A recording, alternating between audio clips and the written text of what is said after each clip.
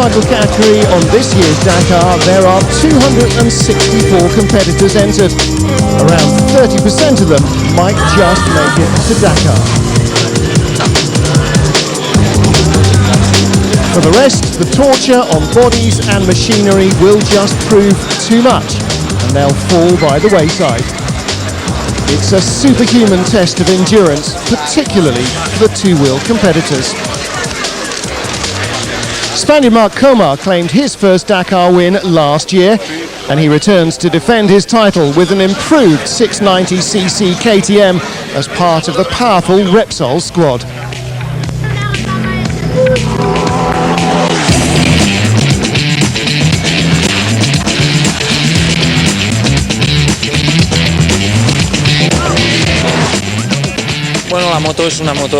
The bike's even lighter than before, more compact and easier to ride, reckons Comar.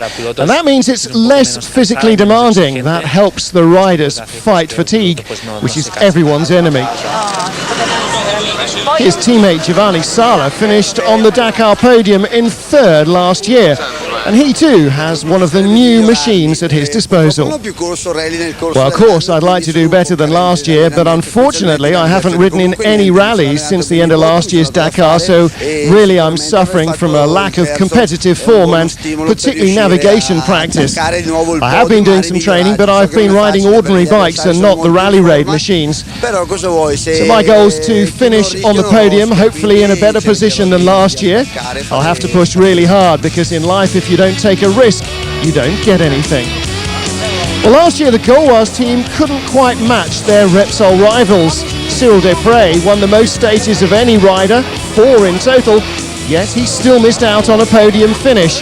The 2005 winners out for revenge. I'm really looking forward to taking the start of this event and winning it, he says, because another second place would just be meaningless.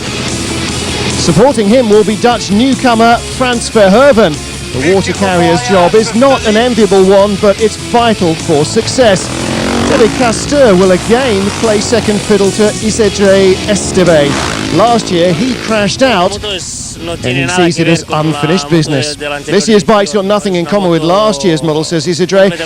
The chassis is different, the engine, everything completely changed. And I'm really enjoying riding it more. The frame's stiffer, it's easier to jump, you can do whatever you like with this machine. The bike really makes you feel completely at ease. En definitiva es una moto que te transmite más confianza, que creo que es de esto de lo que se trata.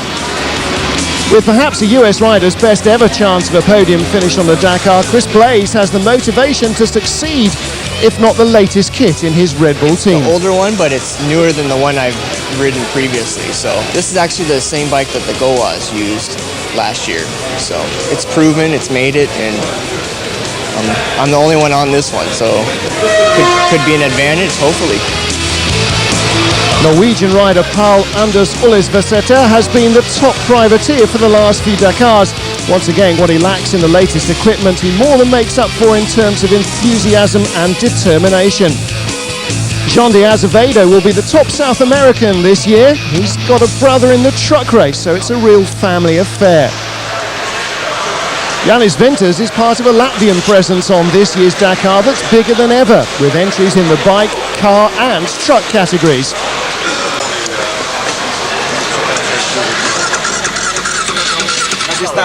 And Eastern European influences are a strong theme for 2007. Marek Dabrowski and Jacek Szachor are running for the Orlen KTM team from Poland.